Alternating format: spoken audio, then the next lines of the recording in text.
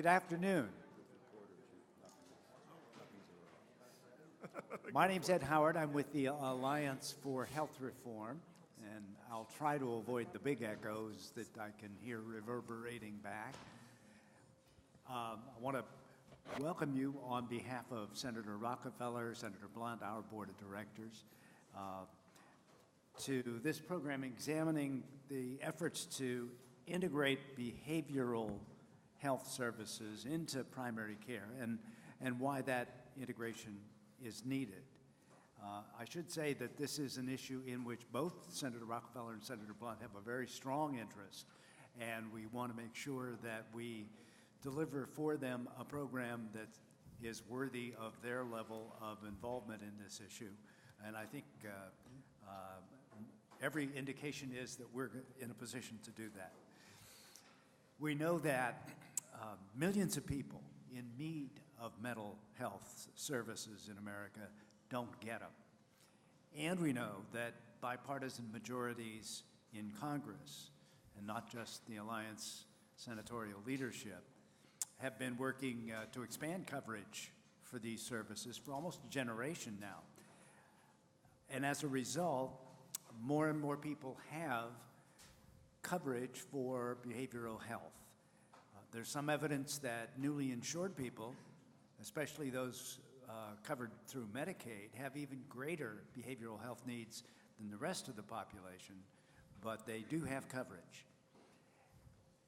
But will they be able to get the services themselves?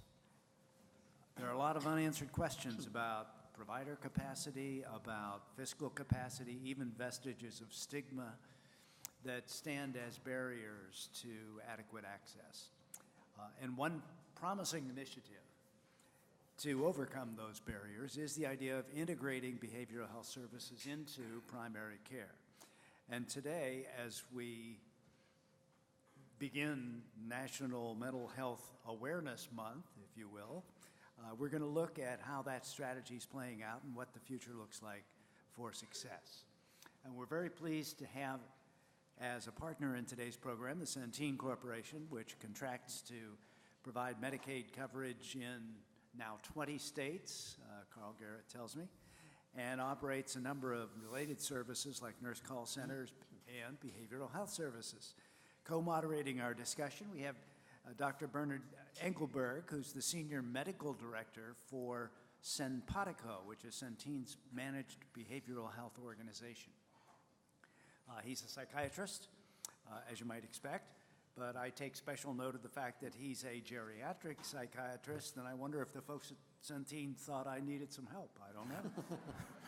But I'm very pleased to have Dr. Engelberg with us. Bernie? Thank you very much, Ed. I'm soon going to be there too, so I figure we're all going to be needing more help. First of all, saying strictly from my id, I wish we could all be outside on the lawn. This is such a gorgeous day, so I'm so happy that you all came in here. It's really just beautiful out there. I'm excited. We don't want to lose him, Bernie. I'm excited and privileged to be here today because this is an unbelievable time in our lives here. The first time where officially mental health is on par with physical health. And our task is trying to integrate the two. So on behalf of Centene and Simpatico, I'm delighted to join Ed here in the Alliance for Health Reform and our panelists today for today's briefing. Now, these briefings that are done here by the Alliance allow us to tackle tough issues, such as the integration of behavioral health and primary care, which we're doing here today, and their impact on the Medicaid system. Now, who's Simpatico? I'm proud to be part of Simpatico. We are a managed, oops, what happened to? That's all right, keep going. Okay, oh, here we are, got it. Sorry. We are a managed behavioral health specialty company within the larger Centene comprehensive portfolio of innovative health solutions. What does that mean? We are part of different specialty groups that works with the overall medical group. We've got pharmacy, we've got behavioral health, and we all work in a naturally integrative, I hope people can hear me okay? Is that okay? In a naturally integrative way of providing health care for our members. We manage behavioral health benefits mostly in the public sector, Medicaid, Medicare, SSI, some child foster care, and some other products. And one thing our data repeatedly demonstrates is that when we get people into the right care at the right time, outcomes are better and costs are lower. In other words, if you give a member what they need to get healthy and stay healthy at the time they need it, that's the best outcome and the most cost effective. And we see that time and again. What did I want to say? Yeah. So one of the things we increasingly, we have our understanding also about how the key stakeholders, such as the federal government, the states, the counties, health and social service, caregivers, are all responding to these new challenges that we have. And all of these groups have their own particular challenges and their own particular solutions. Now, there are a number of opportunities to improve the coordination of care between behavioral health and primary care. And some of these are such as the holistic person-centered care. And we also have to remember that's not just the bio-psychosocial, but also the vast cultural differences that we have, and some of which you're going to be hearing today. We need things like integrated medical records, especially pharmacy. At Simpatico, we have a lot of joint programs where we actually do rounds on our members together with our subspecialties. For example, to prevent neonatal intensive care unit babies from being delivered under the influence of drugs by getting their drug-addicted mothers early into treatment and identifying them, of course. Such diverse projects as sickle cell anemia, and of course much more known projects such as heart disease. We need more community supports. I actually, as some of you have heard, grew up on the grounds of the state hospital and was there for deinstitutionalization. We got half of it right. We got the people out of the hospitals. But once we were out, we didn't get the second half. Where are we going to put them? How are we going to keep them out of the hospitals? That we're still working on. Thank God we notice now that we need peer support, and peer support has become more important. And also very important, and that I don't want to have short shrift here today, is substance abuse. Substance abuse, which we have throughout medicine and behavioral health, is also under parity now, and we can have the benefits that we need in order to treat it. At the same time, there are challenges to integrating behavioral health and primary care. We need integration of mental health into what I call ACO-like delivery systems. That means not everybody has to look alike. There can be variations, and there need to be variations, but how are those variations going to look? We need payment reform, and we need it focused on quality outcomes. We need a well care system, not a sick care system. How do you keep people how do you keep people well? And how do you prevent illnesses from occurring? And we need, of course, electronic health care records for everybody to be able to see everything we're doing.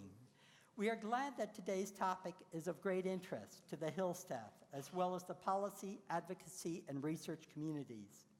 I'm looking very much forward to today's discussion and the opportunity to exchange different points of views, discuss the innovations that people are doing, the approaches, as well as those best practices that can help bring about the integration of behavioral health care and primary care.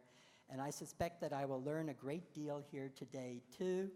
And to start us off, I will turn this little blinker over to Mike Hogan. Mike, if you don't mind, let me do a little housekeeping before we hear you talk. I want to remind people that there are lots of good materials, including biographical information about our speakers in your packets, including the PowerPoint presentation that Mike Hogan is about to speak over. And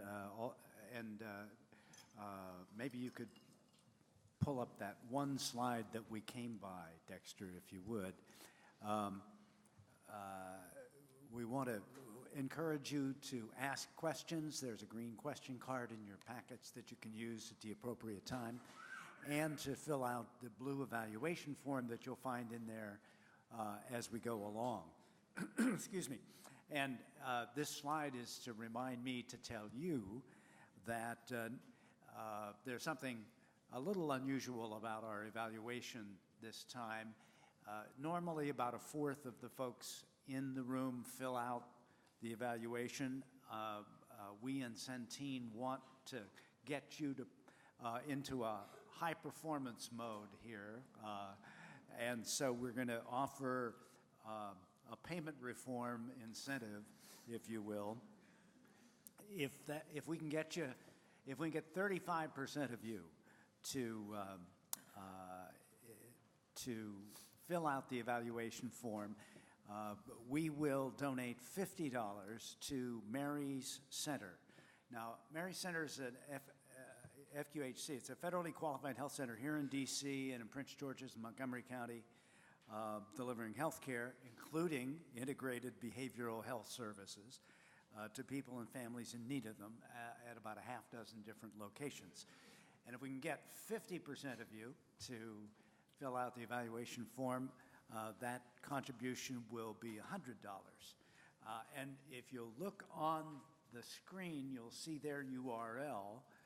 And if you want to supplement that contribution with your own contribution, it is a worthy cause, and we would commend you for doing that. One final housekeeping note: if you are tweeting, you can do it using the hashtag behavioral health. So I've made you wait for Mike Hogan's remarks, but they're worth waiting for. Mike Hogan, who's run mental health departments in 3 states, most recently New York, through 2012. He now runs Hogan Health Solutions, a consulting practice in health and behavioral health. He chaired President George W. Bush's New Freedom Commission on Mental Health in the early 2000s, and he's won more awards for his leadership in the field than I knew existed. And we're very happy to have you back on our dais, Michael Hogan. Please. So, thank you, Ed. It's good to be back. You're modeling pay for performance with an interesting twist. So it's pay for performance with altruism involved. So it might not work in healthcare, but I hope it works with this audience. It's a great idea. I want to also appreciate the opportunity to be here, and also to appreciate that Ed and his staff at the Alliance continue to sort of shine the light down the path of healthcare in places that sometimes are unexplored, but where we need to go, and probably mental health is one of those. I'm going to try to set this up by describing a little bit how we got to this place and what some of the challenges are. And this first slide is 150 years of history in mental health in a slide, and it starts with 1853, when the Congress actually passed land grant legislation that would cede federal lands to the states to be sold to create mental hospitals, asylums they were called back then, which was promptly vetoed by President Pierce as an area that the federal government shouldn't get into. And for about 100 years, the federal government resisted that, or more than 100 years, or followed that approach. And mental health remained a separate system run by states. and remained a separate system run by states until and through the creation of Medicare and Medicaid in the mid 60s. But what is really striking is how in the last decade or so, sort of under the heading here of Life Came at Us Fast, how the combination of Domenici-Wellstone, the so-called parity legislation, with the Affordable Care Act really moves mental health into the mainstream. And the question now is, can we get this figured out? So we're in a place now where mental health, there still is a struggling separate mental health system, although it ain't what it used to be. You know, California doesn't have a Department of Mental Health anymore. To put this in perspective, you're probably better off as an advocate to talk to your mental health or your Medicaid director than your mental health director.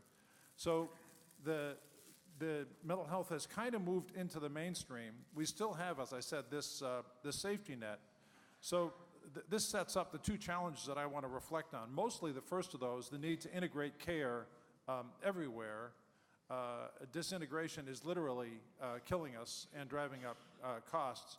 And second, I'll comment a little bit at the end about the need to sustain the mental health safety net. Just a couple illustrations of why integration is so critical. This Venn diagram sort of shows that in the blue, it's people who have a mental disorder. In the green, it's people that have medical problems. And you'll see that most people who have got a mental disorder, addiction challenges, or mental health problems also have a medical illness, and how a substantial portion of people with a medical illness also have a mental health problem. And the more serious each problem is, the higher the likelihood that the other is involved. So 35% plus of people in med-surg beds have got a mental health problem, often depression. And the numbers are the same or greater in community-based long-term care and so on. And the inattention to their mental health problems complicates the rest of things. It adds a day on average to the inpatient length of stay. It drives up the cost of readmission. And so integration, particularly at the point of service, it really becomes essential to solve this problem.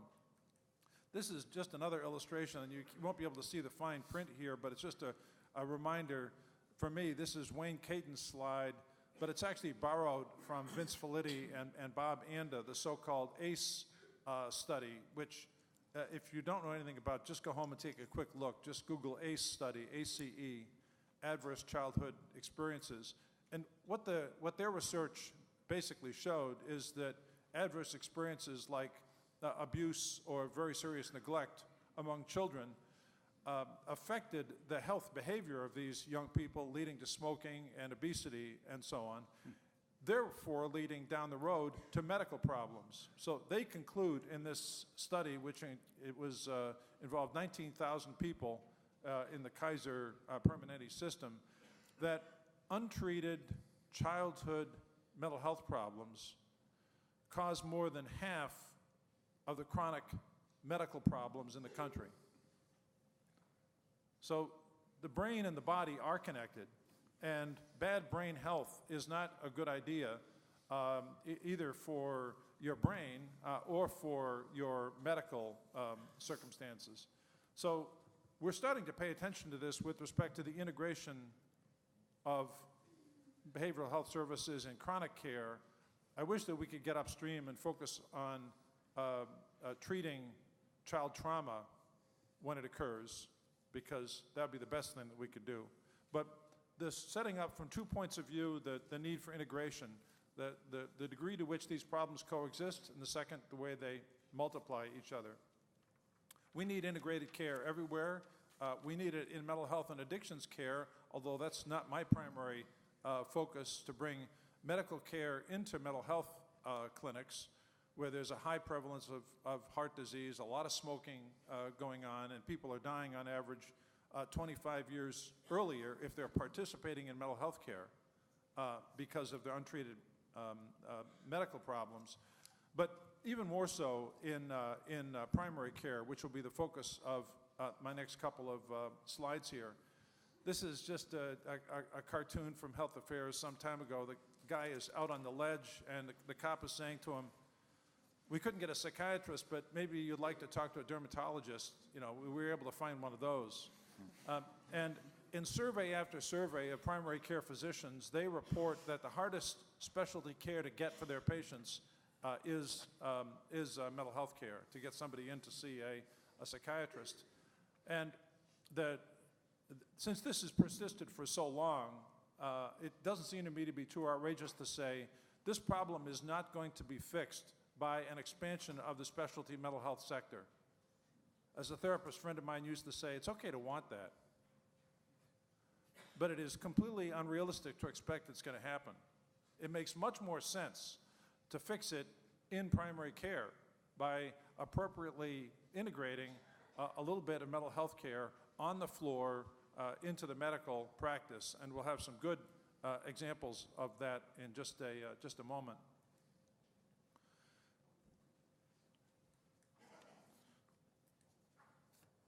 So this is a little bit more about how the absence of integrated care in primary care is a problem. Most PCPs don't have the time or the tools or in some cases the expertise to do this. So a little bit of training, screening without the ability to treat patients is not going to go very well. The statistics tell us now that if you walk into your primary care doc with depression, you have a 50% chance of walking out with a diagnosis.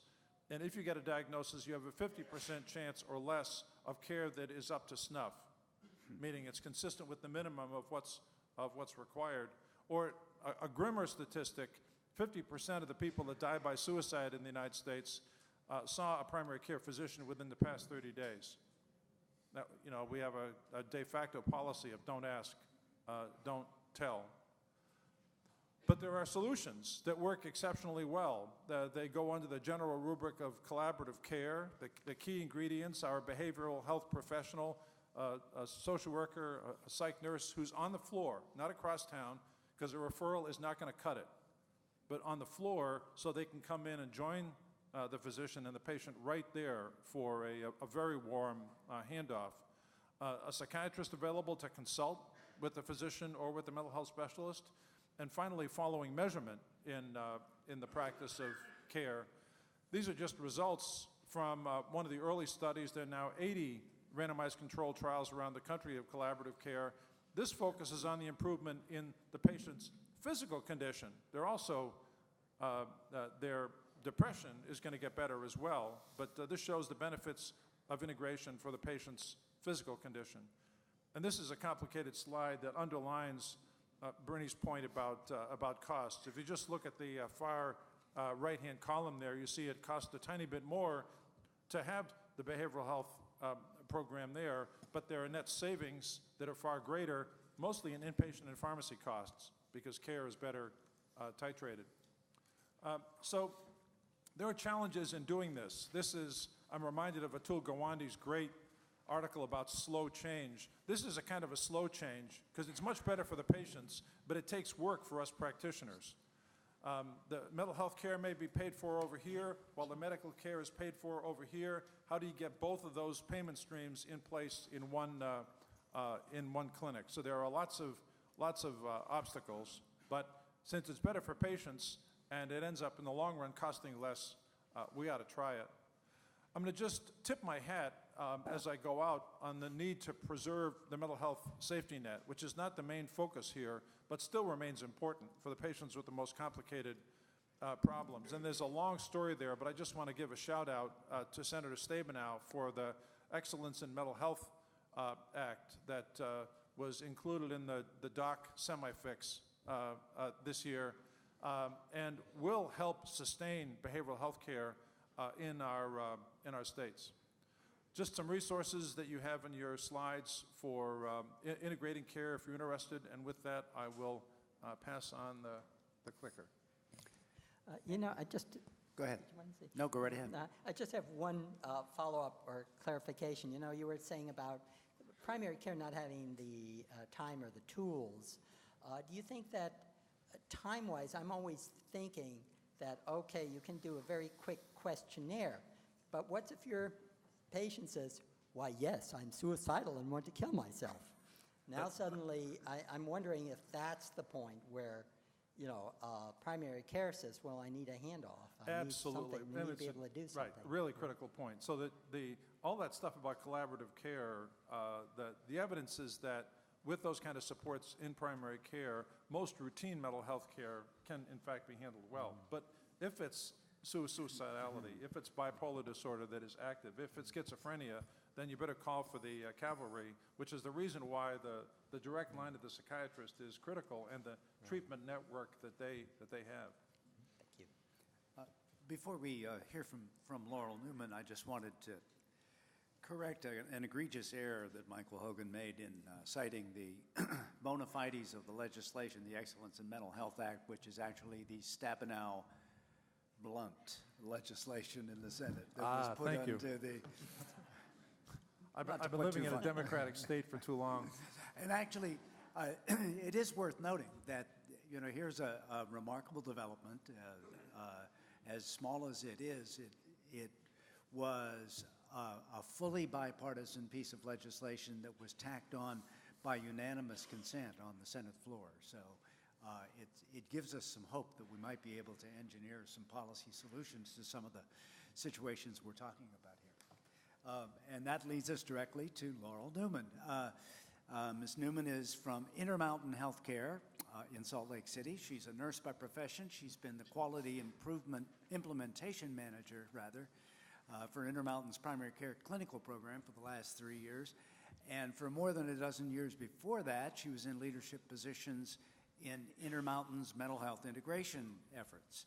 And those efforts, by the way, are very well known. They've spread not only throughout Intermountain's own clinics, but to community clinics across the country. So we're very pleased to have somebody who's been so deeply involved for so long in this effort to help us sort out some of these questions. Laurel? Thanks, Ed. I want to thank you for the opportunity to share with you 15 years of progress in just a few moments. Integrating mind, body, healing in primary care through a team approach improves patient outcomes and population health at a lower cost. Guess I need to use this. Intermountain is a highly integrated healthcare system headquartered in Salt Lake City, Utah. Our operation includes hospitals, a medical group, and a wholly owned insurance plan. Another significant differentiator is our system-wide clinical programs, which have been long established and are part of what we call a secret sauce. And I'll talk about one of them here today. So our core business, our efforts are ultimately centered around what matters most to our patients, employees, members, and communities. So perfecting the clinical workstation. Best clinical care in the world doesn't matter if no one can afford it. Mental health integration at Intermountain has changed the culture of primary care by standardizing and measuring a team-based care approach that includes mental health as a normal part of a routine medical encounter. Results of improved quality and lower cost have been benchmarked over the last 15 years by measuring how clinic teams progress through 5 key integrated steps. The first one here on this slide is leadership and culture. Champions would be our primary care physicians, our clinic managers, establish a core value of accountabilities and cooperative leaderships. The second key is workflow, engaging patients on the team and matching their complexity and need to the right level of team resource and support. The third key is information systems, our registries, databases, our EMR, to support team communication and tracking of patient outcomes. The fourth is the financing and operations. So this is where the clinic manager, maybe our assistant op directors, they project, budget, and sustain FTEs to measure ROI. And then the fifth one important is the community, our community resources. So each clinic actively looking at their community resources, community partners, to help engage the population in sustaining wellness. The evidence that multiple team touches that are standardized and supported by institutional leadership impact the cost and quality of patient outcomes is compelling to consider in our reform efforts. Our research demonstrates that delivering mental health care via a coordinated team using the MHI approach improves staff and patient routine experiences and promotes positive patient outcomes. Patients and staff in MHI clinics described an organized process of care in roles using standard tools to help engage patients in treatment decisions. Normalizing mental health as an organized team process within the social context of primary care offers promising results for improving outcomes for patients with chronic disease. So these 5 integrated steps, these key steps, are measured by a team scorecard that build an improvement roadmap guiding our teams through what we call 3 expected implementation phases. So each clinic goes through a scorecard, and they measure themselves with these key components. So the first phase is, we call it the potential phase. These clinics are thinking about mental health integration. They have access to our care process model tools, but have not yet operationalized MHI. The second phase is it's adoption phase. These clinics, they've hired the MHI providers. Maybe they are doing some retraining of the staff, of the team roles. Patients have access to integrated care. The third phase is we call routinization. Clinics have fully implemented the 5 key components that I talked about and have achieved progress towards the triple aim outcomes. So 80% of mental health illness, 80% of mental health care is provided by the primary care physician who is supported by a fully MHI team. I gotta go back. This slide here, this streamlined process has resulted in exponential growth in scaling MHI throughout the Intermountain Health System. Over time, as more clinics have become routinized, the length of time to achieve this has decreased. So you can see in this slide, in 2010, there was a major jump in routinization. 2 critical medical group initiatives contributed to this. The first one was that it was more operationalized. Our assistant operations directors, our clinic managers had more accountability to this process. They were monitoring and rewarding the teams. And then the second one is when we implemented our medical home, called Personalized Primary Care, PPC, when we implemented this 3 years ago. And so we also, when we implemented that, there was a support for care management resources and primary care incentives were established. So patients with depression treated in our routinized MHI clinics were 54% less likely to visit the ER than those patients not receiving MHI team care. Across all service lines, growth of per patient charges increased by 19% for those patients in MHI compared to 30% in a non-MHI clinic, achieving a 667 savings to our health plan. Managing population health requires treating the whole person in the context of social conditions in which they live. Therefore, engaging patients and expanding teamwork beyond the medical clinic to their family and community is critical to sustaining positive health outcomes over time. Patients and their families are the experts. They're the expert advisors in helping us design and evaluate our system of care. So we are currently coordinating our MHI, mental health integration, our medical home, ER outreach and technology efforts in rural communities to design team-based care that includes community team members. So strong community relationships linked to a positive ambulatory delivery system will promote the opportunity to measure quality of life. Sure. Thank you. Laurel, if I have one question Sure. for you here. You know, it sounds like you've done a lot of really good integrated work there already and really have tried to do one system. But there's an elephant in the room, substance abuse.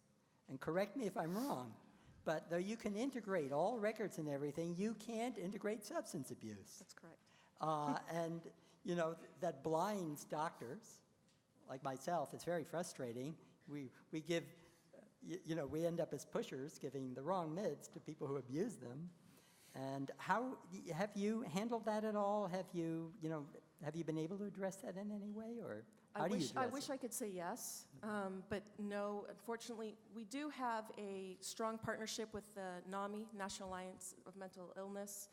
I know that they have, I think, a bridging where they help patients through substance abuse, but as far as actual care with substance abuse in the clinic, no.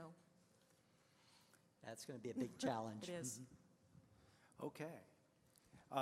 We're going to turn next to Nick Macchione, who directs the Health and Human Services Agency for the County of San Diego.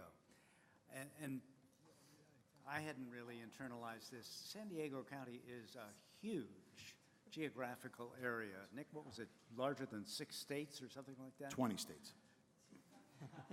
I knew it was something like that. It's big.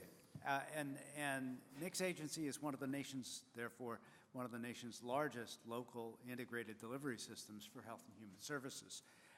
Among other services, it integrates primary care and behavioral health services. And Nick Macchione himself is an award-winning national leader in service delivery innovation and organizational leadership. And his biographical details I commend to you in your materials. Nick, thank you for coming across the country to share your experience with us. Thanks. Thanks for having the sunshine here for me.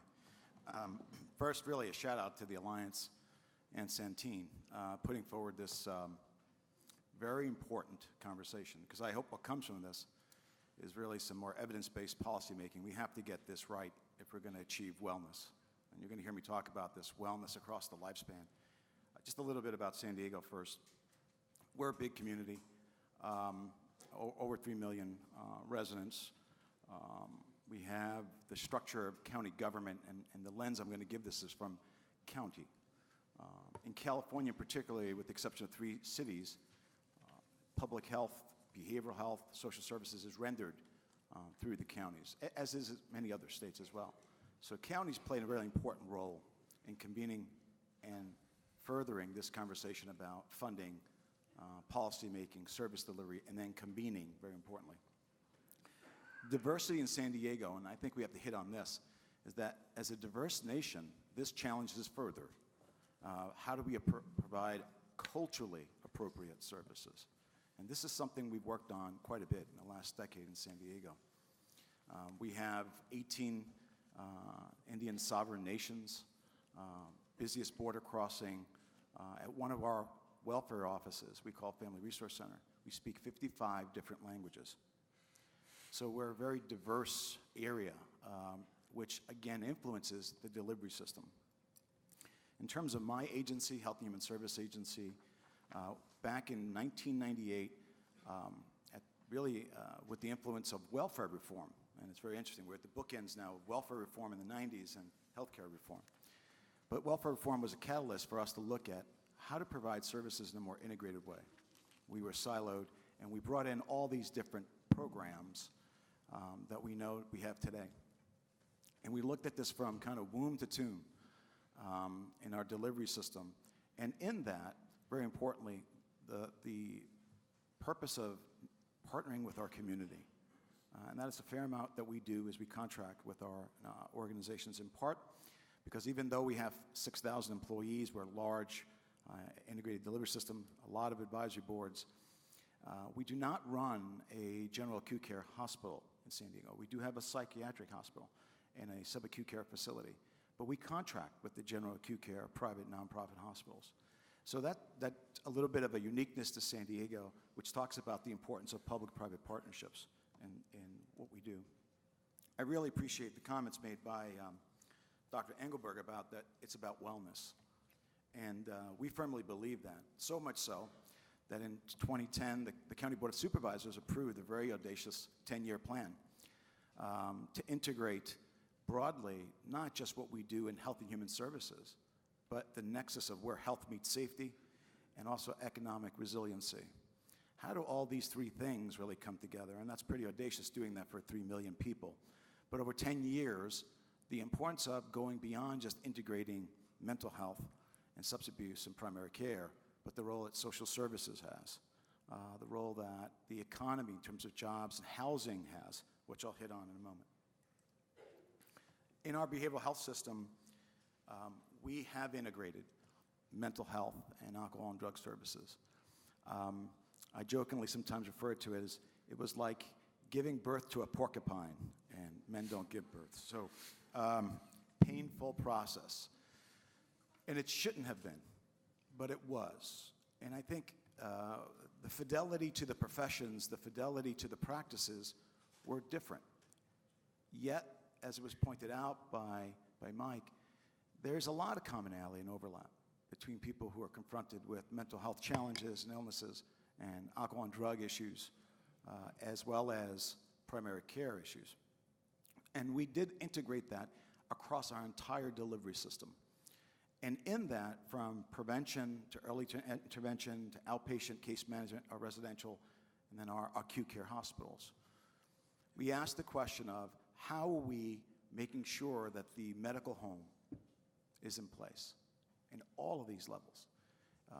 When we're talking about prevention and our anti-stigma campaigns, talking about the role of stigma in primary care settings, so that we can deal with, in the primary care world, the importance that we're dealing with and their assumptions and mischaracterizations of people living with mental health challenges, so that, as Mike pointed out, we can deal with those low to moderate presenting challenges at the primary care clinic.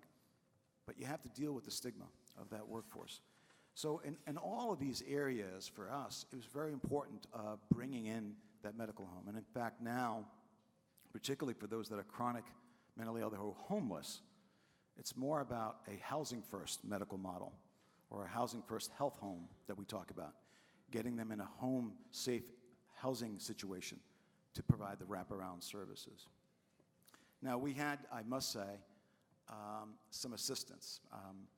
Financing is a big issue. This is probably one of the, fortunately with the Affordable Care Act now, we present more opportunities in getting people linked to mental health services. Ironically, we have a shortage of mental health providers. However, for us in California, we did have a woefully underfunded mental health system. Up until help of our millionaires, there was a voter proposition that was passed in 2004. We call it the Mental Health Service Act. It's sales tax, millionaires. And what that did is really bolstered the funding for our outpatient. It did support components around prevention, early intervention, infrastructure like evaluation, but also technology, another big piece. Telepsychiatry because of the shortages. I mentioned San Diego's pretty diverse. We have rural areas in San Diego as well. So providing our hubs in the urban areas to provide telepsychiatry in the rural areas was a big piece in the help as the Mental Health Service Act. And then very importantly for us was this concept that in this Mental Health Service Act, there was a focus on the culturally competent delivery system. There's stigma among stigma in mental health. There's stigma about mental health, but then there's stigmas around cultural differences. And so we saw this as a great opportunity, a rallying, if you will, to begin to look at how we were not only bringing in our very diverse service providers and retraining our workforce, but having conversations where we were actually embracing diversity and how those services were being provided in school settings, in clinic settings, in community-based settings. And this really then gets into how we in San Diego look at the integration of, one, we call it behavioral health, but across the lifespan. You see, there are people, there are children born. The ACE study, I appreciate that was referenced. That was based in San Diego, in part. And I'll add something Mike brought out, that for six adverse occurrences, it's also shown it was 10 years of life that was lost. So in addition to a poor quality of life presented with chronic challenges, one's lifespan was actually reduced. So the importance of looking at what happens prenatal. We know that literature now in terms of childhood obesity is linked to a great deal of cortisol and stress and the environment of a prenatal setting. But how do we look at and provide services to families, young children, across, knowing that some of them stay in our system for life? And what the focus obviously is, how do we get them off the system? And it can't be done just alone, by the way, we've seen by behavioral health and primary care. You have to provide those community-based social services. And that's the education. For the older adults, same issue. So as we looked at the continuum, we see this continuum, that the delivery system changes. There's forces and drivers. First, the vision of the integration. And then with direct intent, developing a service delivery system that has more accountable, we call it the accountable care community, where everyone has the interplay and the interrelationship from primary care setting to the pediatrician, to the social worker, to the teacher, to the parent, to the individual. And the other drivers, as you see in wrapping up here, is financing. How do we move to value-based? It's amazing. In hospitals, we're talking about volume to value. We need to do the same here. And we have evidence to show that, including the workforce. The P3, by the way, that's policies, partnerships, and practices in action. So then how do you put all these things and then see them through and showing results? So I look forward to your questions. Thank you. Great. Thanks very much, Nick. Finally, we turn to Dr. Lonnie Fuller, who's a physician at Baltimore Medical System, which is the largest federally qualified health center system in Maryland.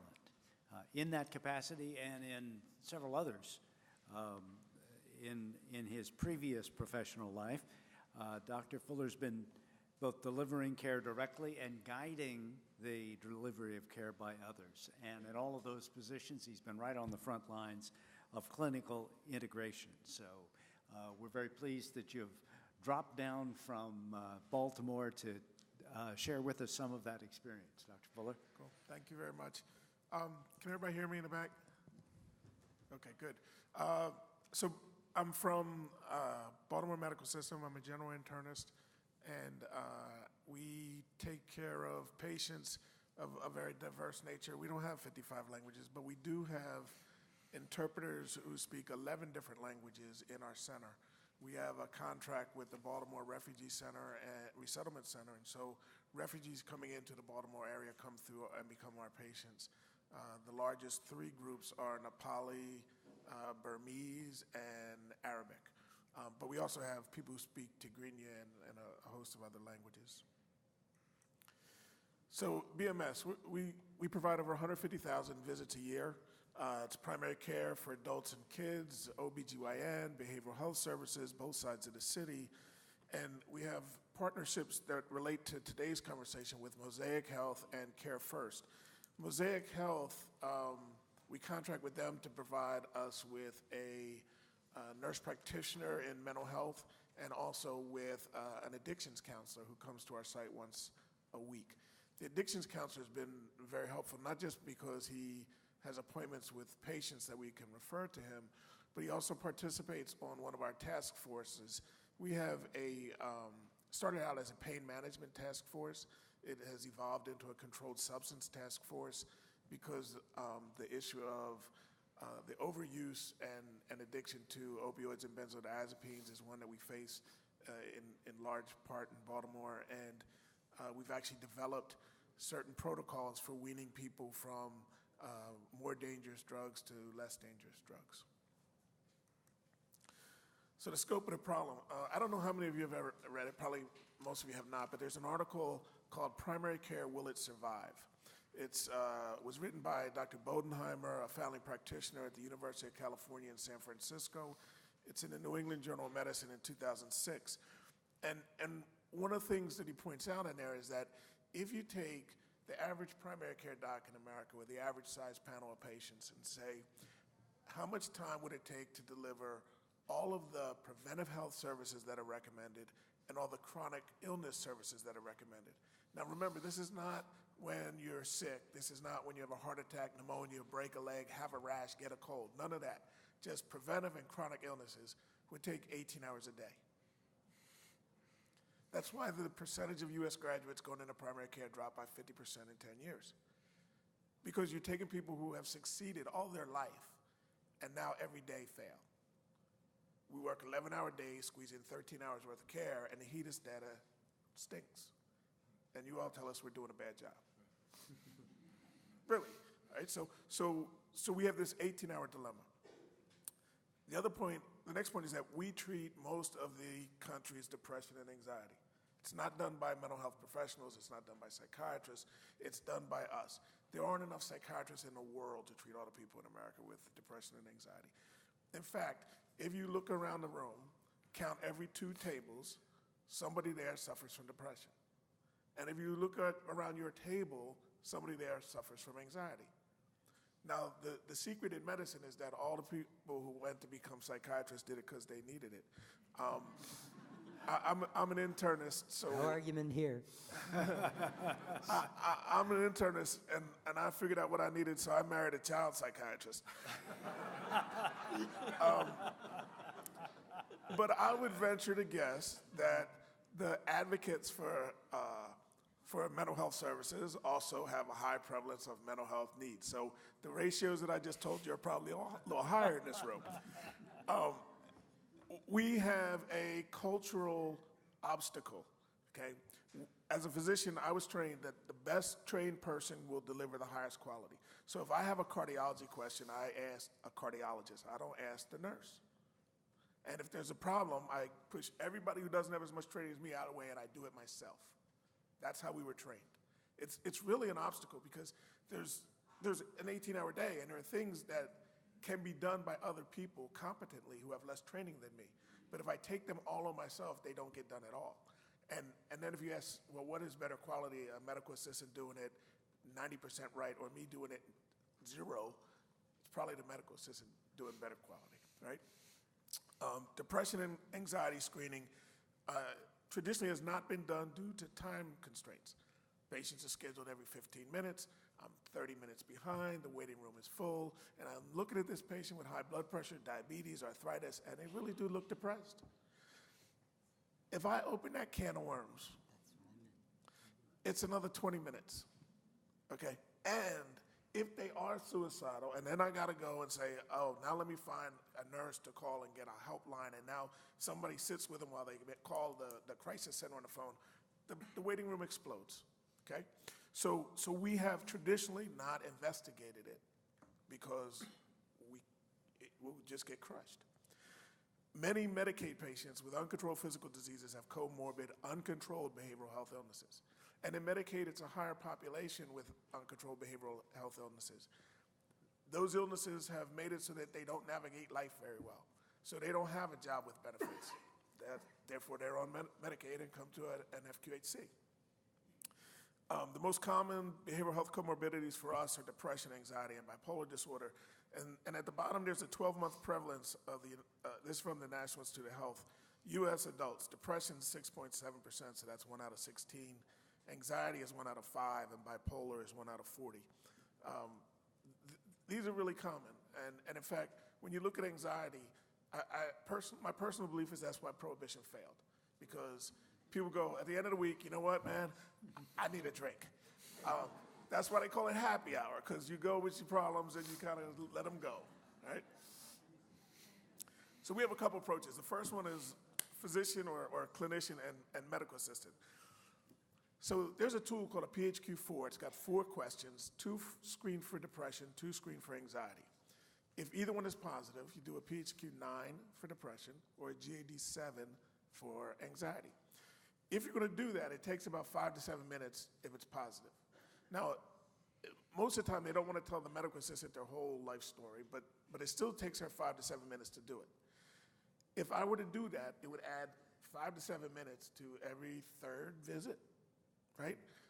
And again, and that's before we get into dealing with the problem. So my medical assistant does this for me. She's screened 81% of our patients. And in fact, we don't screen them once a year, we screen them at every routine office visit. Because I don't know which visit they're going to come in depressed and which visit they're not, so I want to catch it. Before I go in the exam room, I know the diagnosis, or if it's somebody that I'm treating for depression, I know what their updated score is and whether they're getting better or not. So let's say we're diagnosing them with depression for the first time. Instead of going in and asking the questions and hearing the 20-minute story, I'd say, hey, we screen all our patients for depression. It's nothing about you, but I looked at your scores and they came up kind of high, and it looks like you might be depressed. Are you feeling depressed? And they go, yeah. And I say, well, you know what? Here's what we can do. And in 20 seconds, I'm through the diagnostic phase and I'm into here's what we can do. We could do therapy, we could do medications, we could do both, what's your preference, and we move forward from there. So by doing this, in a year, she saves me 120 hours or a half an hour a day. And remember, 18 hours a day is not possible. So here's a way where the medical assistant can improve the care that I'm delivering and make my life more possible.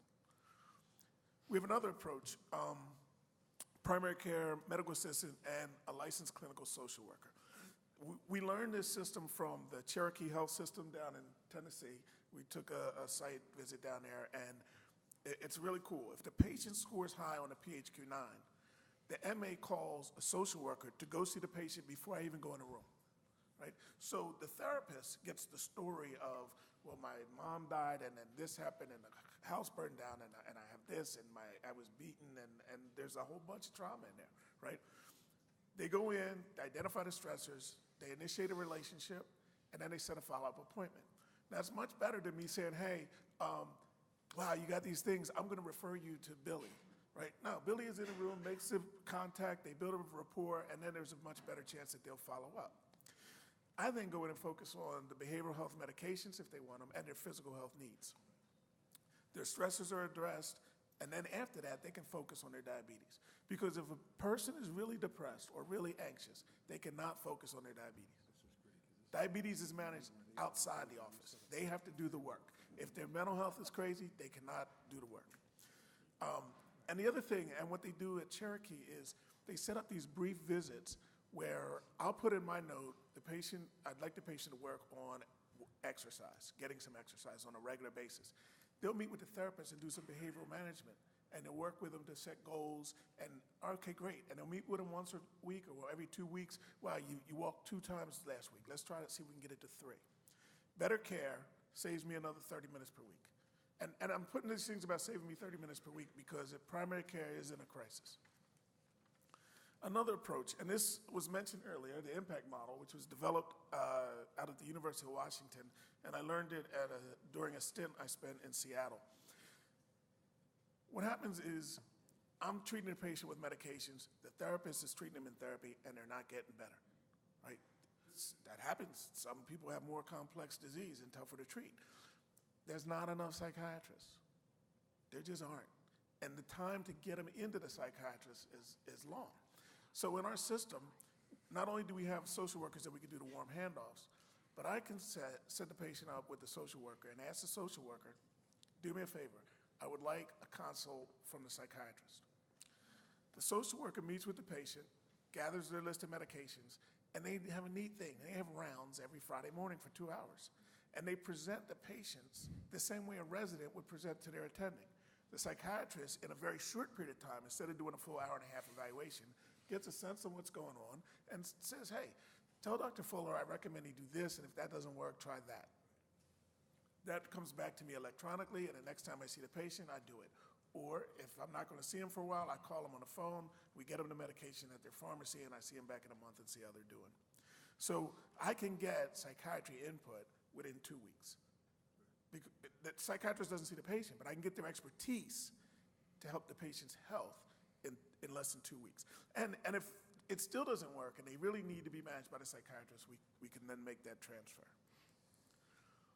Policy recommendations, right? So when they asked me to come here, they said, hey, you're going to have a bunch of people who do policy. Give them some recommendations. So the first one, continue experimenting and moving away from payment for volume and towards payment for effectiveness of care, okay? If you just say, well, here's an extra $50 for this visit, you're not going to get anything different, right? But if you lay out some things and say, hey, here's some extra dollars if you make a difference, and by the way, here's what the literature says you can do to make a difference, then we might get a headway. Pay for the brief social work encounters, the handoffs and the behavioral modification. Right now, those are not paid for. Unless it's a regular visit, they can't bill for it. And the only reason why we have it is because Care First gave us a grant. The next one is pay primary care docs to treat depression and anxiety. The insurance company tells me that if I put as a primary diagnosis any behavioral health diagnosis, the payment is the bill is declined.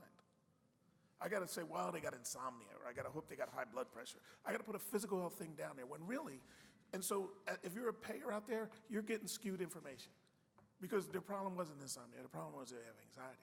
But that's not coming through to you as primary diagnosis because you won't pay us for it. You do the carve out and you only pay the behavioral health companies for it. So those are my 3 recommendations. Thank you. Okay, good recommendations.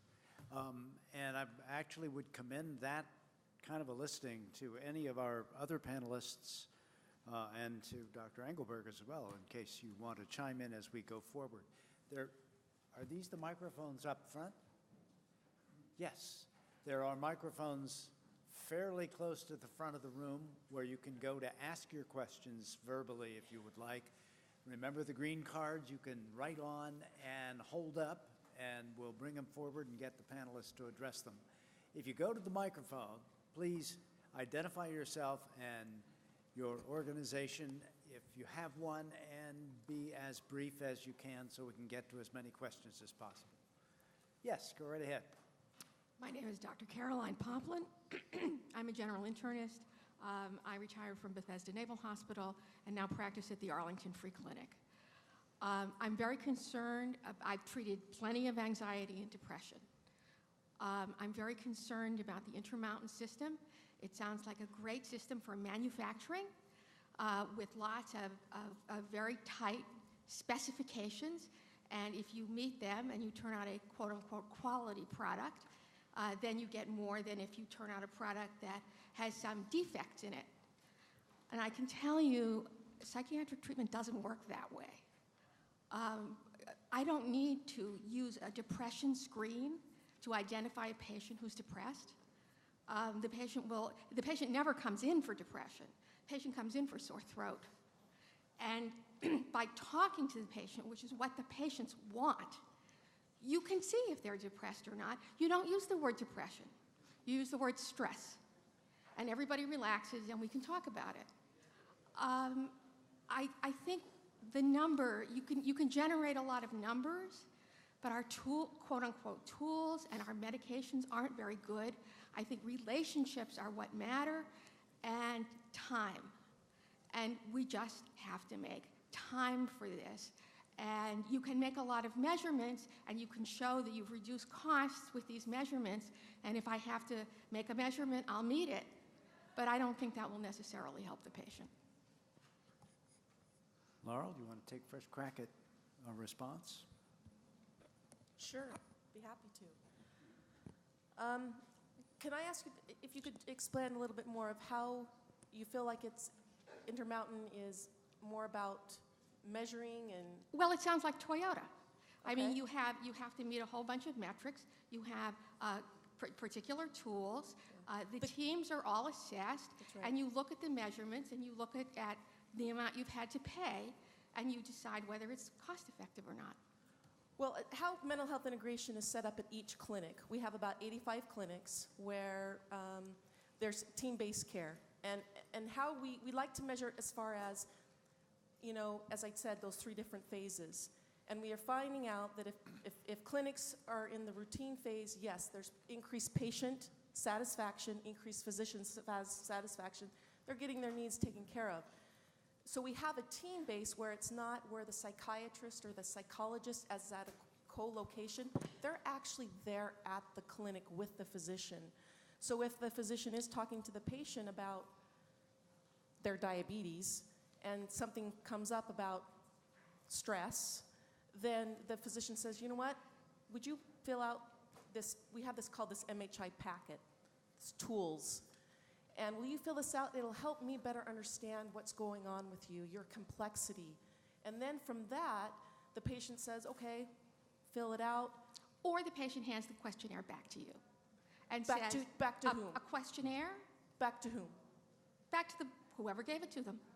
The packet gets back to the primary care physician, and then the primary care physician looks at it, says, you know what, this patient has a complex, there's a lot more going on here with this patient. So the physician might say, man, I think I can take care of this patient, or I think I'm gonna need my care manager to help, or I think that this patient might need some therapy. So it's more of a team approach, so the physician doesn't feel like that they're on their own. Okay, I understand what it is. You know, I'm sorry to interrupt here. You have a big line in back of Okay, you. that's but, fine. but I did want to acknowledge what you're saying, and you're making a point.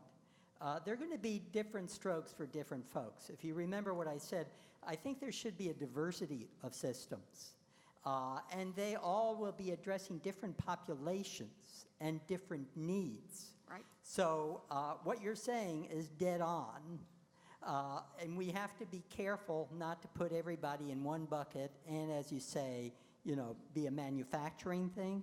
But these are systems made for many different things, for rural people, for people with severe mental illnesses, for severe physical illnesses. So there's going to be room also for what you're talking about. I just think, you know, there are going to be many different systems now. So Fair enough. Okay, thank you. Thank you very much. Nicely done. Bob Griss with the Institute of Social Medicine and Community Health.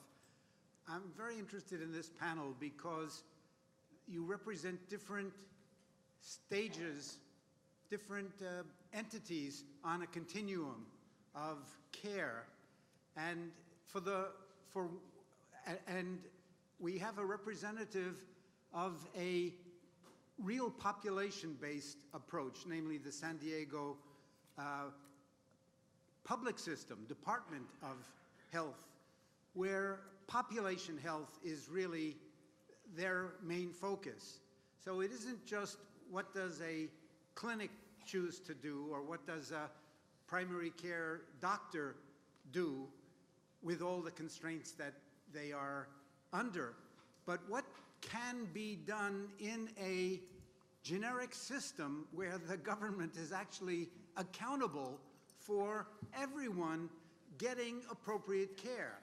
And this is rare to even have a model like this. I was not aware that San Diego represents that, because I actually think that those kinds of solutions are more likely to be replicable in other jurisdictions if it becomes a requirement of the federal government than if we just allow competition in the marketplace to enable certain types of providers to prevail.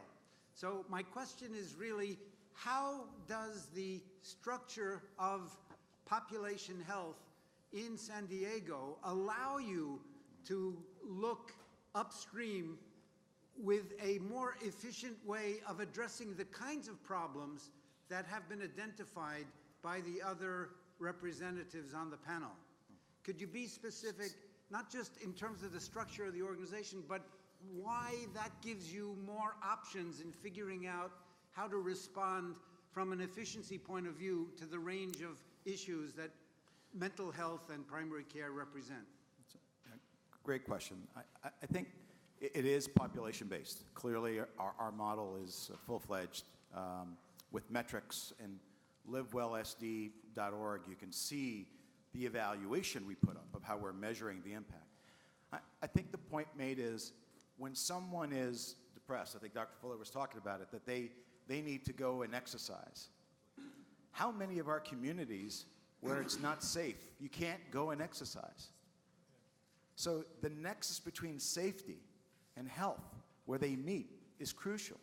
Because if we make the statements, which is, yeah, you need to go exercise, and we don't assess, is the community safe and enabling, which is population-based, they won't be able to exercise.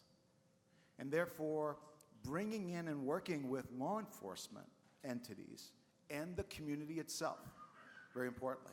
We do a lot of resident leadership on how do we make their neighborhoods, and we look more at neighborhoods. San Diego's very large, but healthcare is local, population-based is even more local. So how do you look at those communities? And I say this, I think this is true in many markets, not all. We are resource-rich, innovation-poor. And I mean that even in San Diego. There are resources in our community we're not leveraging. And so much of what we're doing is a lot of the IHI principles, the Institute for Healthcare Improvement, with one exception. I think we call it Triple Aim 2.0. The 1.0 talks about healthcare, the population health, but it's also about population health and social well-being. And how do you do that? And we have tons of examples that I welcome you to look at our website that now, 4 years into this, we've measured and are showing. And it's actually a collective impact. A lot of people now are coming on board. Thank you. Yes, hi. My name's Al Guida. I'm with Guide Consulting Services. I represent, among other organizations, the National Council for Behavioral Health, and they represent 2,000 community mental health centers and community-based service providers across the country. Just a quick comment and a quick question.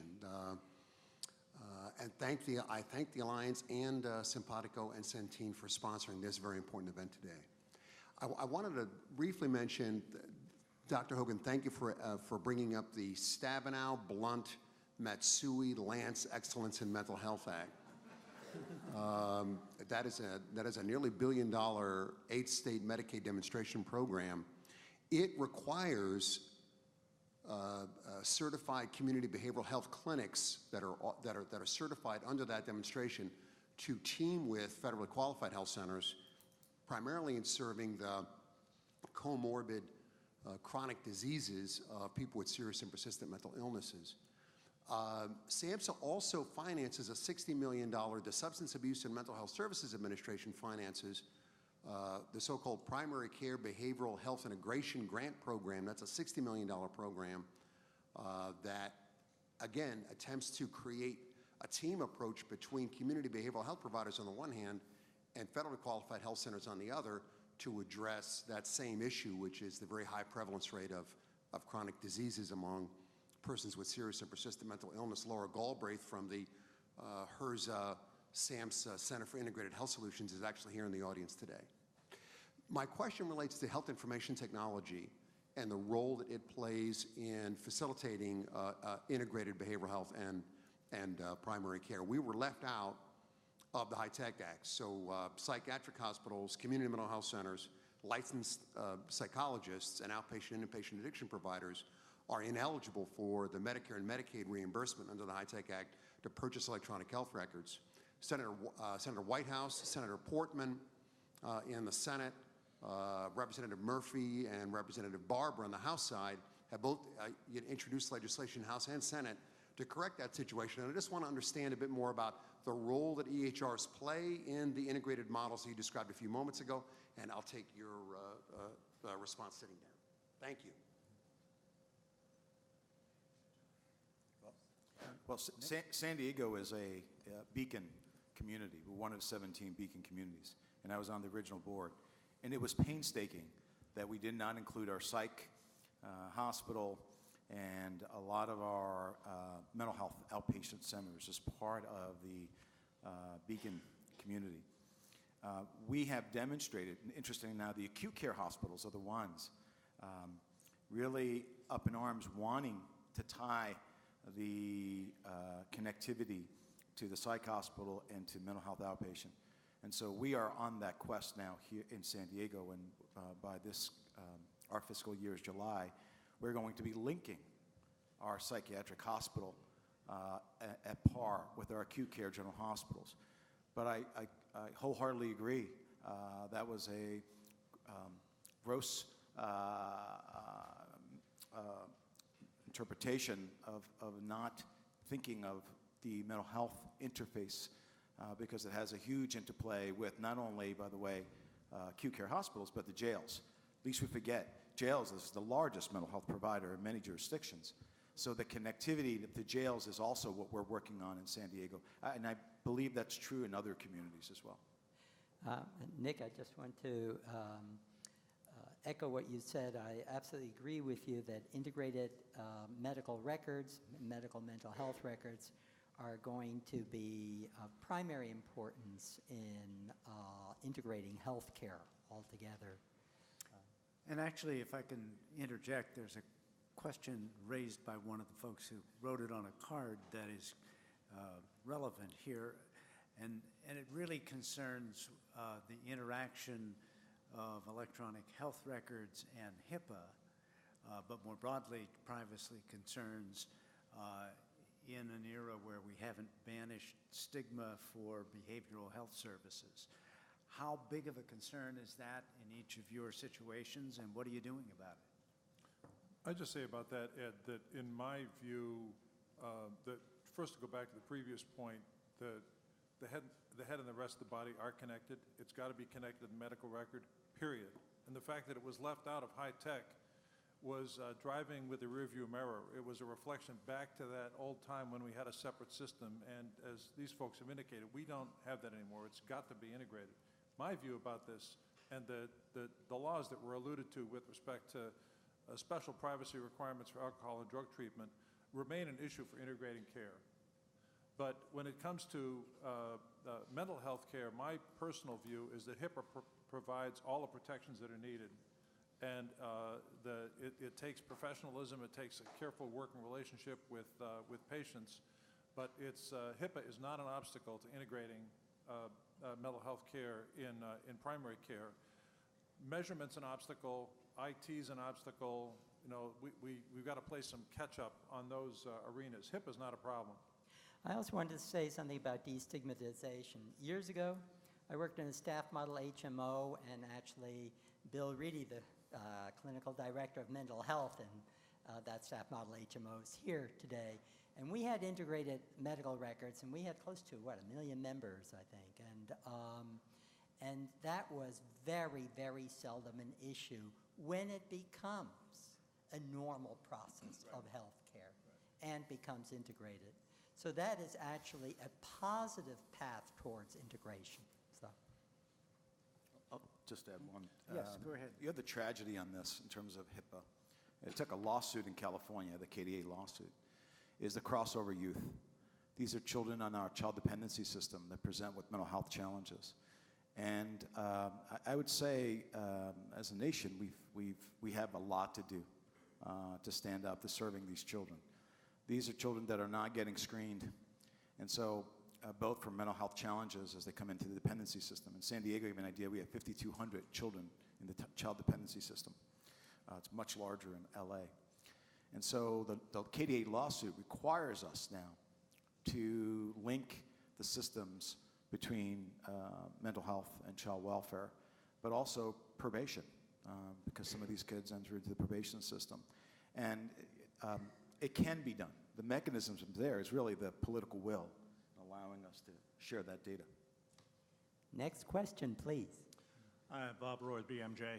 All of this systemness is great, but you know, a shrinking but still significant portion of primary care physicians are in either sole practice or very small practice. And how do you move this into that population? And sort of the related question then is how do you get particularly these types of physicians, but really all primary care physicians, to move from ignoring everything to referring everything, and finally, and sort of accept sort of a middle ground where they are really doing something. May I take this one? It has been difficult, especially with the physicians, and they're the ones that are solely doing the care.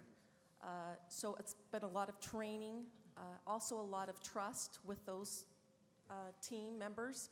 So we have what they call a brown bag, or a meeting where the psychologist or the psychiatrist, the care manager, and the primary care physician meet in a lunch, maybe in the lunchroom, and talk about cases. And this also helps the physician gain trust with that MHI provider. So it has been difficult. Not all physicians grasp this concept of team-based care. They want to take care of, or they don't. They're kind of also on the point where they don't want to know.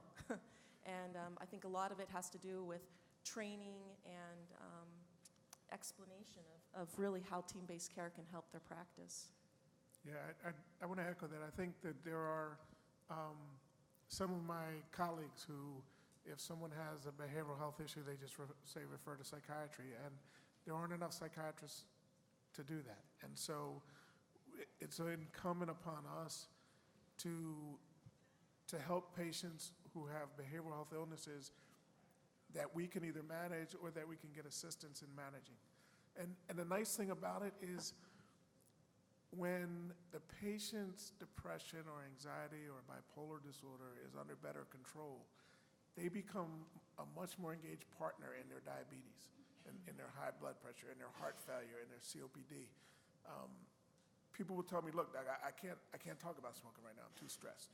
Cigarettes help calm me down. So helping people deal with those issues, for me, makes it much more rewarding, because then the dialogue is about helping empower them to take ownership of their health. I'd say also that we have the answer from the nurse and we have the answer from the physician, which are really the good answers, but I'll give you the systems answer. Those solo practitioners, wait a couple years. Because the giant sucking sound is medicine being organized, hospitals purchasing practices, and economics are driving it. That's a problem. It's still going to be a clinical problem, but system-wise, it's disappearing. But I want to add too on this one, with this particular audience.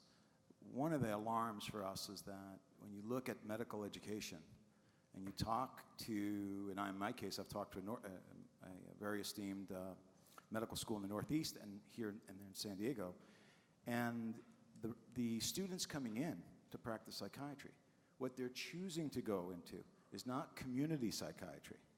They're going into institutional care. And that's alarming, because if you're looking, as you're seeing where the modeling is, we're going more from hospital to community care, but we don't have the workforce. And that's something, in talking with them, we funded a fellowship out of necessity because of the severe shortage of psychiatrists. But the importance of the FQHCs that they have in the safety net is just, I can't begin to underscore the importance of them. But the future workforce is something of alarm for us in this arena. And I want to add a piece to that. 20 years ago, maybe, when managed care was growing in the U.S., there was a move to have therapy done by non-physicians and have the psychiatrists do mostly medication management. And a lot of psychiatrists went into psychiatry because they liked the engagement with the patients. And now they found that time was not allotted for, and they were not to do those activities anymore. And so, and you might say, well, why didn't that happen in OBGYN? Well, because women would say, I want to see my OBGYN. Well, it happened in psychiatry because nobody was saying, hey, I want to see my psychiatrist. That stigma stopped that from happening. And so many psychiatrists don't go into the community sector because all they're doing is every 20 minutes evaluating meds and going to the next patient. and they don't find that as rewarding. And so there is a shortage. A You speak growing my language, shortage. Lonnie. Excuse me? You speak my language. I married a psychiatrist. I see it every day. Thank you.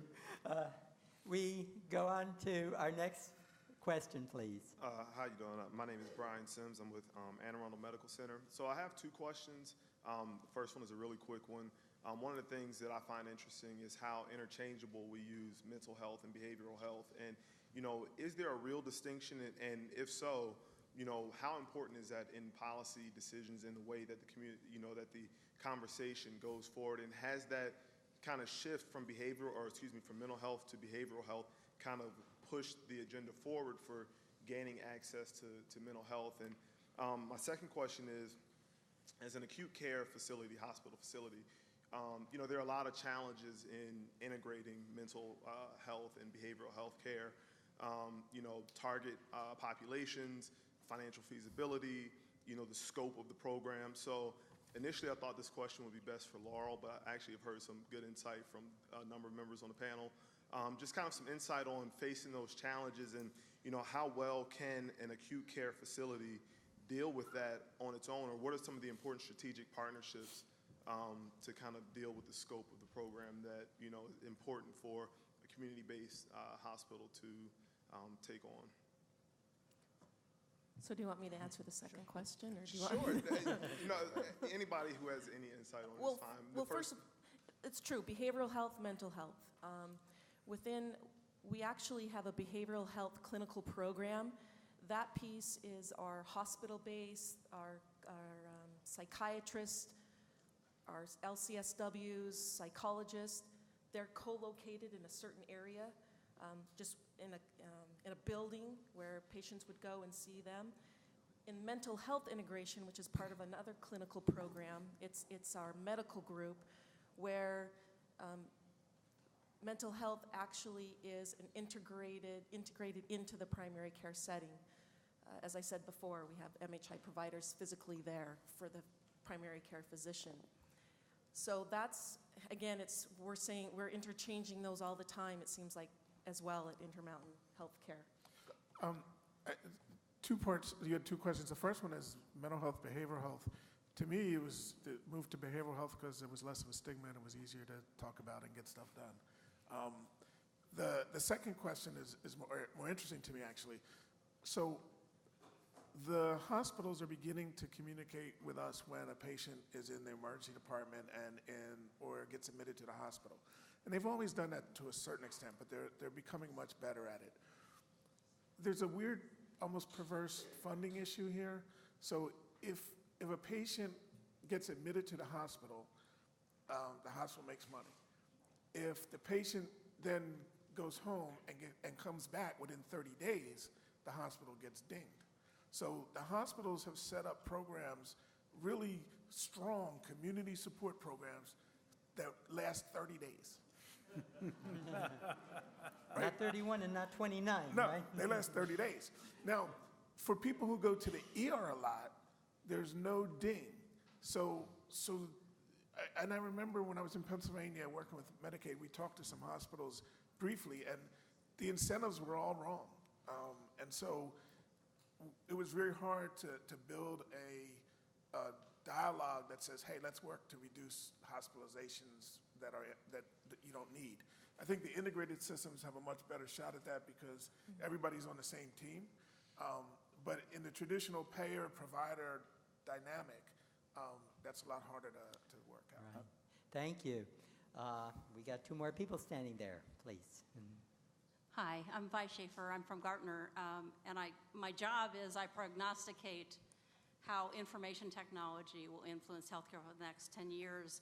Because of that, I come to a lot of these forums, which are certainly some of the most important convening of experts. My question today is slightly different than the others. Last week, the Institute of Medicine convened its first committee meeting on diagnostic error in medicine. There is recent research, such as the British Medical Journal, Johns Hopkins research, on the incidence of medical diagnostic error. In that committee meeting, some of the testimony pointed out that the first thing you have to do if you're going to tackle something is measure it, and pointed out that I think the Joint Commission has 1,200 endorsed measures, National Quality Forum has 700 endorsed measures, and 0 of them have anything to do with diagnostic error. I can see how this is going to go. Yeah, you know, Institute of Medicine work, the electronic health record, the accountable care measures in the Medicare plan are all around the process of care and presume that you're on track on diagnosis. I feel like the prospects are that our journey in mental and behavioral health will take this same very long trajectory unless you in the room and you on the panel find a way to intervene in the IOM diagnostic error work and elevate the dialogue, such as the data you had here about the failure to diagnose depression, because so much of the diagnostic error is going to point to the ambulatory setting and the primary care physician, that they, you know, the already burdensome challenge of changing what they do, changing to team, changing to, as you know, the shared savings guys say, practicing at the top of their license, will focus so much on the physical side that this artificial separation of mental, behavioral, and physical will just perpetuate for a long time. And I'm wondering, for the Alliance and for you all, how engaged are you with the IOM diagnostic error research and process? How much of an advocacy do you think is important for you all to assert in that? Well, I'll jump into this. I'll take it a level up, and that is to say that the measurement enterprise in this country in healthcare is a train wreck. There are too many measures, they're too micro, there are all these problems, and generally mental health isn't measured at all. Right. If mental health measurement goes in that kind of direction, it's a loser, you know, because you get that concrete, you're missing the point. But if you ask a different question, which is, does good mental or behavioral health have anything to do with your overall health? Well, the answer to that is like, well, duh. It's a really big deal. You feel better, and it makes your medical health better because you can take better care of yourself and you can work more collaboratively with your physician. So I don't know who we see about that or where we go, but it's really imperative that measurement approaches begin to think sensibly about mental health and not go down the rabbit hole of this, you know, false specificity that bedevils the rest of healthcare. Anybody else? Before we go to the next question, and we're winding down in our available time, let me remind you of Mary's Center and what's riding on your filling out the blue evaluation form. Yes, go right ahead. My name is Wendy Slavitt, and I'm an independent consultant. And Dr. Fuller, I enjoyed your presentation and your descriptions of working with social workers and medical assistants. And you mentioned that the work that you were able to do in that area was through a grant or some funding. And then you also brought up how you know, it's important that there's more of that done. I'm just curious about how people on the panel feel about that and whether you have any ideas, just because I've heard from primary care physicians that a lot of them don't do the mental health screening or just acute treatment because they are not paid for it. It's a really big problem. I mean, this collaborative care thing, integrated care is a best buy if you look at meta-analyses and if you look at all the research. But it's, despite the tremendous impression that's given from some real leaders on the panel, not including me, mostly it's not happening out there. And it's not happening for a whole variety of different reasons, but the ability to get paid for it, as you say, is a real big problem. And paying for it via grants is like not going to solve the problem. So it's helpful in an FQHC environment to be able to have the wraparound payment and to be able to build cost. That helps. So proactive FQHCs can do a really good job of this. But Dr. Fuller's point about, you know, the coverage of the social work, or the ability to bill for medical treatment of something that happens to be a brain disorder and not a liver disorder is really critical. And this is a cutting edge issue that's going to make or break integration. Can it get paid for? Can the necessary procedures get and work get paid for in primary care settings. If you've got, sort of organizations like Intermountain that look at this holistically, then you can see how it can happen. But if you've got a carved out, behavioral health thing over here and a medical plan over here, and these contract with these guys and these contract with medical people, and they don't talk to each other, that's going to be a problem. So figuring out how to integrate payment is going to be critical to enable integrated care. Thank you very much.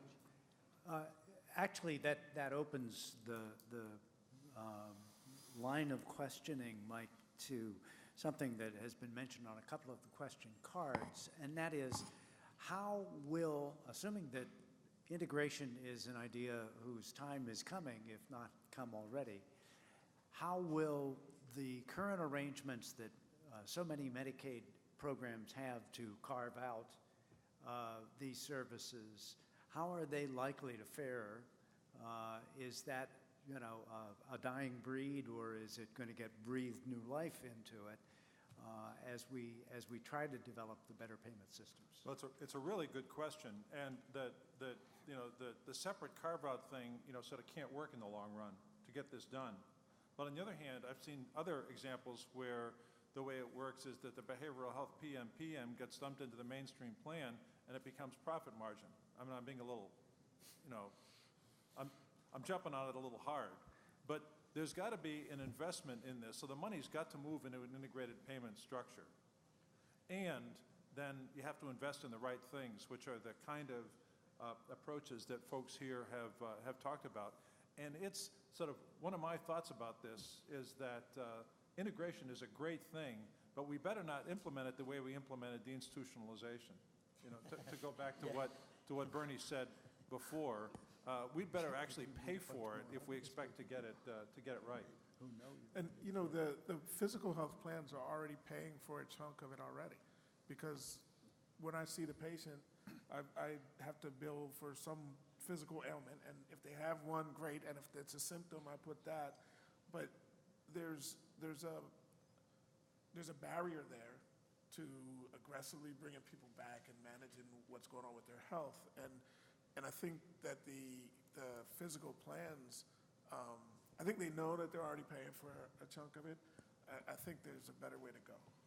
In California, And I think payment reform is going to be essential for any of this to work. If it doesn't happen, we're not going to get it, especially recognizing that it is not just, like you said, Mike, dollar profit margins, because also what you do on the behavioral side has such an enormous effect on the physical side. And that has to be recognized in payment reform itself, too, for that to go away and to work.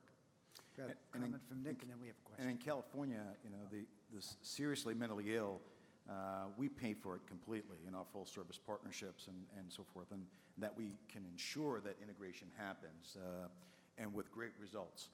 I think the concern lies with now the presentation of the ACA, and we're a huge expansion, nearly 2 million Medicaid just in California, and that is, how do the plans, who we are at the table with, working with taking more of the low to moderate.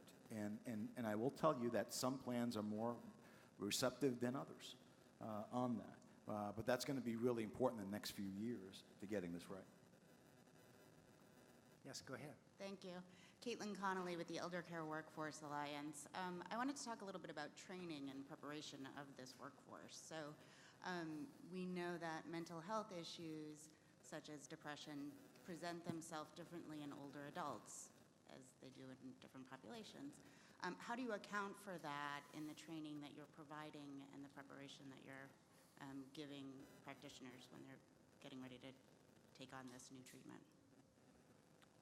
One of the things that I think is helpful about this is that all the research about integration, going back to impact and whatever, started out with older people, and so it's far better researched, and the effectiveness of it is far better established than it is, interestingly, with any other age group. And sort of one of the guys who's done a lot of that research, Jürgen Unitzer, has just ended up as the chairman of the Department of Psychiatry at the University of Washington, which I think he's ambivalent about on the one hand, but it's a good sign to have somebody in charge of a university department of psychiatry who's basically training people to do the work of integration, not to be psychiatric hospitalists at some level. The training stuff moves slowly because the guilds own part of it and state licensing boards own part of it, and you know, it gets started sort of like a locomotive. But I think changes in the delivery system are going to force it to happen. Okay. Actually, I have a question that ought to be a slam dunk here for this crowd. It's a very factual question, and that is, are the routine mental health checkups part of the preventive and wellness services covered by the Affordable Care Act, that is to say with no copay or deductible? Yes? No? We don't know? No. No, they are not? No, they are not. Okay. Briefing, the health care's briefing paper says they are. A very limited. I thought that there were some behavioral and assessment codes that are covered under the Affordable Care Act that I think that we're using at Intermountain. So I think that there are some codes that you can use. We're gonna find out the definitive answer to that question and post it on our website. How's that? allhealth.org, where you can also find all of the materials that are in your packets. What may very well be the last question. Hi, my name is Junqing Liu. I'm a research scientist at the National Committee for Quality Assurance. So I have a question about, in your opinion, which is more scalable? It's bringing mental health into primary care, or it's the other way, bringing primary care into mental health service settings? Or you think if it's the trend in long term is integration of medical and behavioral health benefit, this really does not matter. But for now, I want to hear what's your opinion. Which is more acceptable based on what's paid, what's not? I'd like to just take the first stab at this because it's near and dear to my heart. I think it goes both ways.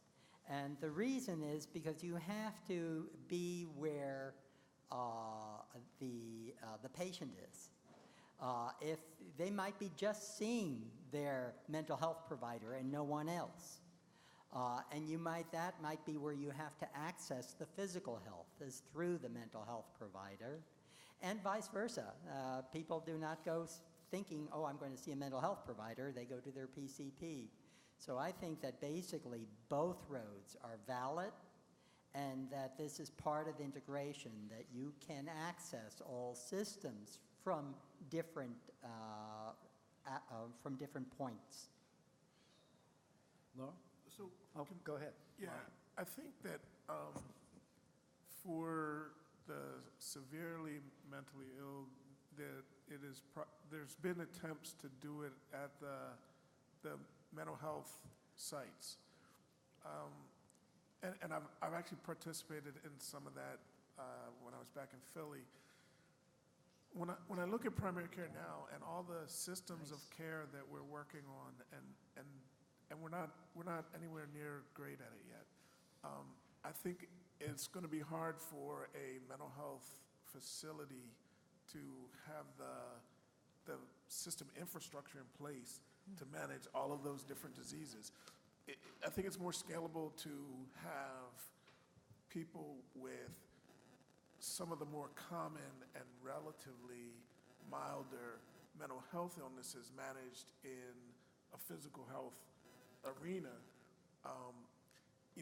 If you just give us depression, anxiety, and bipolar disorder, it covers a lot of people, and then we can use our regular systems for primary care. But if you try to build all those systems in the behavioral health side, I think it's going to struggle. Anybody else want to weigh in on that? Okay. All right. Well, we've come to the end of our allotted time. Incredible amount of good information, lots of good questions and interchange. I want to thank you for being so attentive and full of good questions, and for filling out your blue evaluation form.